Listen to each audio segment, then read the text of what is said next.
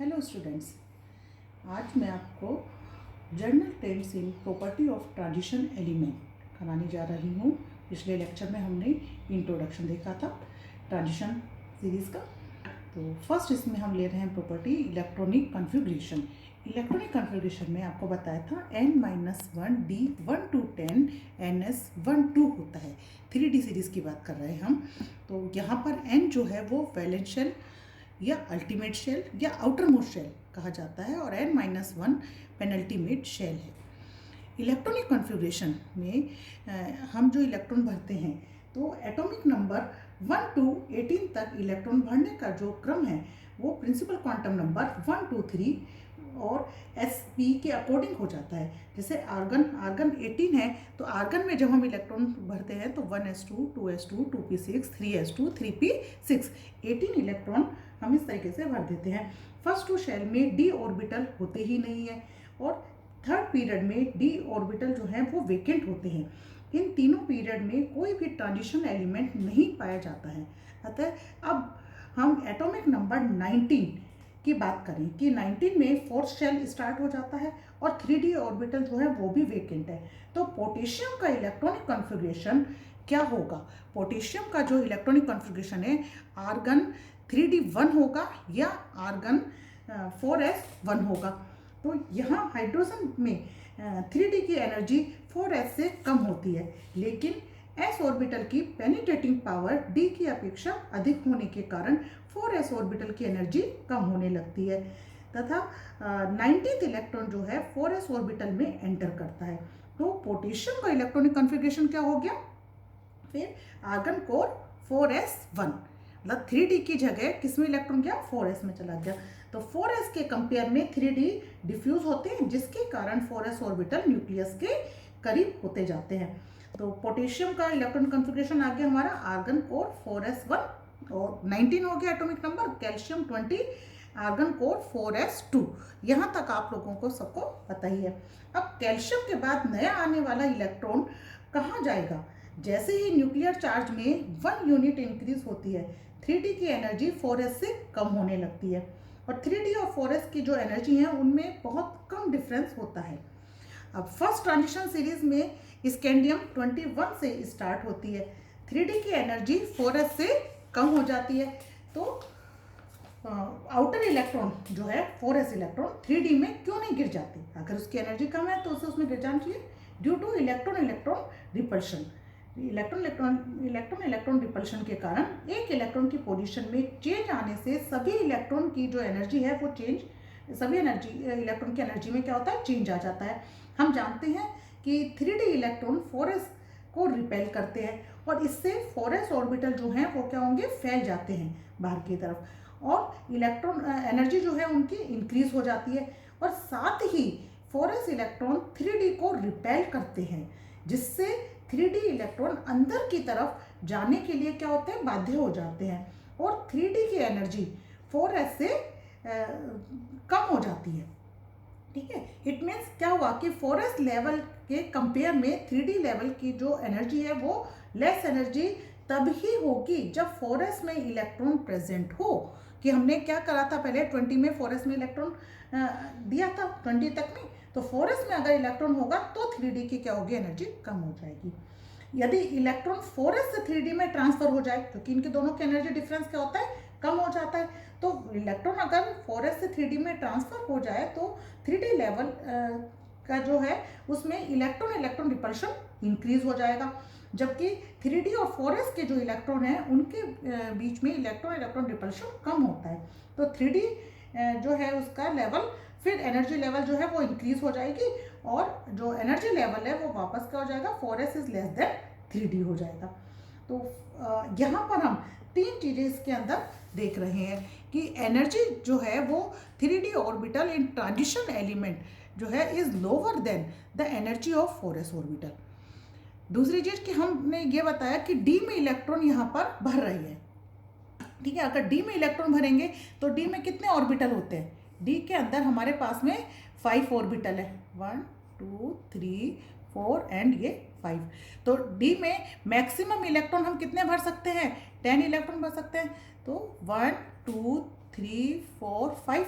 तो इसका मतलब ये हुआ कि D0 एम्प्टी हो गया, या D5, और अगर इनको पेयरिंग कर दे हम सबकी तो क्या हो जाएगा, D10 इलेक्ट्रॉनिक कॉन्फ़िगरेशन, मतलब एम्प्टी, हाफ फिल्ड और फुल फिल्ड इलेक्ट्रॉनिक कॉन्फ़िगरेशन जो हैं वो मोर स्टेबल होते हैं then partially filled electronic configuration की। ठीक है। In forming of transition metal ion the electron are lost from 4s orbital before the 3d orbital. कि ये हम देख ही रहे हैं कि 4s ऑर्बिटल जो है उन्हें हम आउटर ऑर्बिटल भी बोलते हैं। बताया था ना अभी कि ns जो है वो क्या है आपका, वैलेंस शेल, अल्टीमेट शेल या आउटर। तो इसे हम कह रहे हैं कि आउटर ऑर्बिटल भी इसे बोलते हैं। तो इलेक्ट्रॉन जो है वो 4s इलेक्ट्रॉन 3d की अपेक्षा अधिक बाहर की तरफ फैले रहते हैं, इसीलिए आयोनाइजेशन पर 3d से पहले 4s के इलेक्ट्रॉन निकलते हैं। ठीक है। अब हम यहाँ पर वेरी वेरी इंपॉर्टेंट है आपके लिए कि अगर आपको एटॉमिक नंबर और इनके इलेक्ट्रॉनिक कॉन्फ़िगरेशन अगर ज्ञात है तो आप कोऑर्डिनेशन केमिस्ट्री के अंदर बहुत अच्छा से कर पाओगे, क्योंकि वहाँ कॉम्प्लेक्स फॉर्मेशन में आपको ये चीज़ें टिप्स पर होनी चाहिए। इसके लिए देखो अभी मैं आपको बहुत अच्छे से ट्रिक के साथ में करवा रही हूँ। सबसे पहले तो हम इसका 21 से स्टार्ट होकर 30 तक जाएगा। तो इसके नाम देख लेते हैं हम। Scandium, titanium, scandium, titanium, vanadium, chromium, manganese, iron, cobalt, निकल, कॉपर, जिंक। ठीक है, वैसे सबको याद ही होगा पर फिर भी चलो एक अपन ट्रिक के द्वारा इसको याद करने की कोशिश करते हैं। शक्ति वक्रमन फीको निकुजन। ठीक है, शक्ति वक्रमन फीको निकुजन, बस इतना सा याद रखना, फिर अपना आप याद आ जाएगा। Scandium, T titanium, vanadium, chromium, मन, मैंगनीज, फी आयरन, कोबाल्ट, निकल, कॉपर और जन, जिंक। ठीक है, शक्ति वक्रमन फीको निकुजन। ठीक, अब यहाँ पर इलेक्ट्रॉन ये आपको पता चल गया, 21 सिंबल भी आ गया और नाम भी आ गए इनके। ठीक है, अब हम देखते हैं इनमें इलेक्ट्रॉनिक कॉन्फ़िगरेशन कैसे हम इनका करते हैं। तो अभी मैंने आपको बताया था कि ये क्या था हमारा n-1 d 1 to 10 ns 1 2। ठीक है, तो यहाँ पर n जो है 3d की बात करें, हम 3d सीरीज है तो n कितना था यहाँ पर 4 था ना, तो 4 क्या हो जाएगा हमारा s, और n-1 क्या हो जाएगा यहाँ पर 3, तो d जो है वो हमारा क्या आ जाएगा 3। ठीक है, तो इसका मतलब अच्छा स्टार्ट कहाँ से हो रहे हैं, 21 से स्टार्ट हो रहे हैं, तो इसका मतलब 21 से पहले कौन सी वाली नोबल गैस आ रही है हमारे पास में। ये मैंने आपको बताया था ना कि इससे पहले हम नोबल गैस भी लगाते हैं कोर करके। तो नोबल गैस कौन सी आएगी, 18 पे आती है आर्गन, हीलियम, नियोन, आर्गन। ठीक है, तो आर्गन आ रही है 18 पे, तो 18 का इलेक्ट्रॉनिक कॉन्फ़िगरेशन हो गया 1s2 2s2 2p6 3s2 3p6। तो इस इतने बड़े को लिखने की जगह हम क्या कर देते हैं आर्गन कोर। तो आर्गन कोर सब में कॉमन रहेगा, इसलिए हमने आर्गन कोर लिख दिया। उसके बाद में हम बता रहे हैं कि 3d और 4s जो है वो भी सब में कॉमन है, 3d और 4s ये भी सब में कॉमन है। ठीक है, इतना आ गया, ये सब चीज़ें हमने लिख रखा है। अब उसके बाद हमने इलेक्ट्रॉनिक कॉन्फ़िगरेशन अभी नहीं लिखा, वो आप देखिए। अब आपने डी में कितने इलेक्ट्रॉन भरे जाते हैं, 10 इलेक्ट्रॉन भरे जाते हैं ना, तो हम यहाँ 10 तक लिख लेते हैं। 1 2 3 4 5 6 7 8 9 10। ठीक है, 10 इलेक्ट्रॉन भरे जाएंगे तो हमने 10 लिख दिया। यहाँ आपको एक चीज़ याद रखनी है, 2 नंबर हम आपको बता रहे हैं 4 और 9। ठीक है, ये है हमारा 3d सीरीज़ के लिए। किसके लिए, 3d सीरीज़ के लिए हमारे पास में 4 और 9। ठीक, और ये आपको पता ही है कि जो हाफ फील्ड होता है वो कौन सा होता है, D5, तो 5 हो गया, और D10 जो है वो हमारा क्या हो गया, फुल फील्ड। ये दोनों हमने पहले बताया था कि मोर स्टेबल इलेक्ट्रॉनिक कॉन्फ़िगरेशन है। ठीक, तो इन दोनों को लिख लिया हमने। अब हमने बोला 4 और 9 2 नंबर आपको जो याद रखने हैं, उन नंबर को क्या करना है, इस पर कट लगा लेना है, क्रॉस कर देना है। ठीक है, 2 नंबर हमने 4 और 9 हटा दिए, और क्या करा था D5 और D10 आपको पता ही है, वो दोनों हमने एज इट इज़ लिख दिए नंबर। अब ये 1 है तो 1 की जगह क्या आ गया 1, 2 की जगह आ गया हमारा 2, 3 की जगह आ गया हमारा 3, 4 हमने कट कर दिया था, तो 4 के नेक्स्ट नंबर क्या है 5, तो यहाँ क्या आएगा 5, ये याद रखना है। 5 पे 5 आ गया था, 6 एज इट इज़ आ जाएगा, जो है वो एज इट इज़ ही आएंगे, उनमें कुछ नहीं करना हमको। 8 एज इट इज़, 9 हमने कट कर दिया, तो 9 के आगे नेक्स्ट हमारा क्या हो गया 10, तो यहाँ आ गया हमारा 10। ये हमारे पास में क्या है, ये हमारे पास में है डी इलेक्ट्रॉन, ठीक है। तो फर्स्ट में हमने कितना भरा था 1, तो ये हमारा स्कैंडियम है, इसके अंदर हमारा डी में कितना आ गया 1 आ गया, ठीक है, डी में 1 लिख दिया। अब 18 तो किसके हैं, आर्गन के, सब में 18 ही रहेगा, तो 18 और 1 कितना हो गया, ये 19, 21 माइनस 19 कितना हो गया आपका 2, तो इसका मतलब एस में कितने आ गए 2, ठीक है। नेक्स्ट कितना था 2, तो इनमें डी में हमने 2 भर दिया, तो 18 और 2 20, 22 में से 20 गए, कितने आ गए आपके 2, तो वापस हमने इसमें क्या कर दिया 2 भर दिया।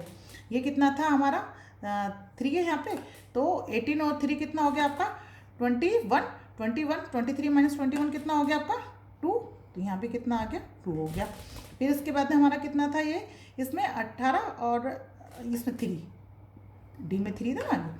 फिर इसके बाद हमारे पास में क्या आ गया, ये 5 आ गया ना, तो यहाँ हमने डी में भर दिया 5, तो 18 और 5 कितने हो गए आपके, ये 23, 24 माइनस 23 कितना हो गया 1, तो यहाँ आ गया आपका एस में 1। एस का जो नंबर है वो हम कैसे निकाल रहे हैं, जो हम डी के, तो ये नंबर एज इट इज़ लिख दो आप, चाहे तो आप सबको एक साथ लिख दो, ठीक है ना, 5 के बाद में फिर 5 सब एक साथ लिख के, और 18 के साथ में इस नंबर को जोड़ दो, क्योंकि 18 जो है वो हमारा आर्गन का है, इसके साथ जोड़ेंगे, और जो एटॉमिक नंबर है उसमें से नंबर माइनस कर दो, जितने बचेंगे वो हमारा क्या हो गया एस के इलेक्ट्रॉन हो गए हैं, ठीक है। तो ये हमारा वापस 5 आ गया था, तो कितना हो गया, ये हमारा 24 हो गया, 23 हो गया, 23 में से 25 माइनस 23 कितना हो गया 2, ठीक है। नेक्स्ट कितना था 6 हो गया, 18 और 6 कितना हो गया 24, 26 माइनस 24 2 हो गया।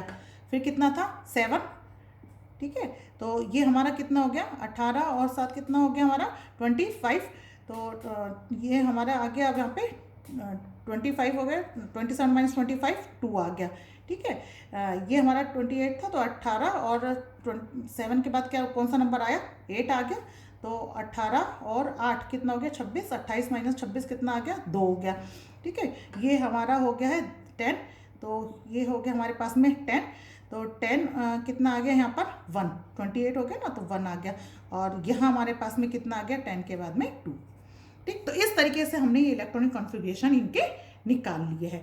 तो आपको एटॉमिक नंबर और इलेक्ट्रॉनिक कॉन्फ़िगरेशन जो है वो दोनों चीज़ें बहुत अच्छी से आनी चाहिए।